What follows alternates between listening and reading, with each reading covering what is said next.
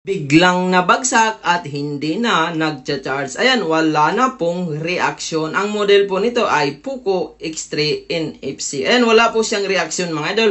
At kapag diniinan mo yung gitna, pansinin nyo, lumalabas po ang charging. Normal po siya, nagcha-charge. So, kailangan mo siyang diinan para mag-charge. Kung sa palagay mo, ganito ang gagawin mo para mag-charge, sa tingin mo, masatisfied ka kaya? Kaya mga idol, nakita ni Sir ang ating mga video, kaya pinadala niya sa atin. At ayan, sinubukan ko siya gawin. Binuksan ko po yung likod at gawin natin itong immortal mga idol. At ayan, so tanggalin natin lahat ng screw at maraming salamat po sa lahat ng nagtitiwala sa Jolphone TV. Sa mga gusto magpaayos, pwede kayo magpalalamove, LBC, GNT, or any courier via deliver. At kapag malalapit naman, pwede kayo mag-walk-in. At dito mga idol, tinanggal ko po yung connection ng battery. At dito mga idol, unan yung i-check itong pinaka-flex connection ng charging. Yan. Madalas po nito lumuluwag, lalo na kung lumulubo ang battery or laging nababagsak. At yan, i-check nyo ito mga idol, yung pin kasi nito, yung pinaka-dulo, yan po yung connection ng charging. Madalas yan lumuluwag, kailangan siya jumperan para mag-normal. Ayan, nag-apply po ako ng flux mga idol. Dito natin i-jumper sa bilog na to, yung gold na yan mga idol sa baba. So connection po yan ng positive line ng charging papunta sa baba. Kapag lumuwag dito banda sa board, patay po ang linya sa baba. Kaya yan, jumperan po natin mga idol. Gamitin ng jumper wire at ayan, dito natin itap ang jumper wire mga idol. So ayan, nahinang natin, gamitin ng soldering at gumamit tayo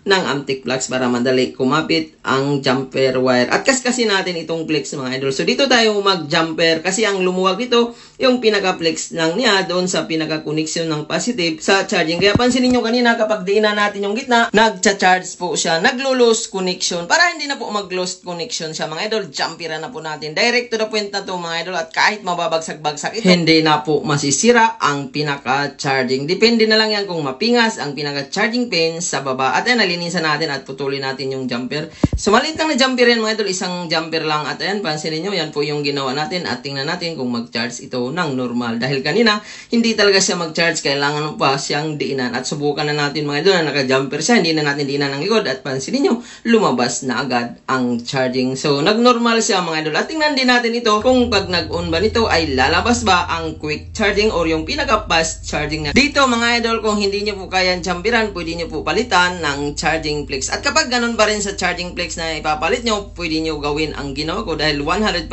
tested po talaga ito. At yan mga idol, lumabas po ang rapid charging sa baba. So ibig sabihin, fast charging na siya. Ayan, binunot natin ang charging at tingnan natin kung lalabas ang quick charging or MI turbo charging. At pansinin nyo mga idol, kapag ganito po ang lumabas sa screen, pag i-charge mo, talagang back to normal fast charging na siya. At ayan, after po 1 hour mga idol, kung kinargahan, pansinin nyo, meron na pong 100% back to normal. Sana nakakuha kayo ng idea. Huwag kalimutan mag-like, mag-share, mag-follow. Maraming salamat po sa walang sawang panonood.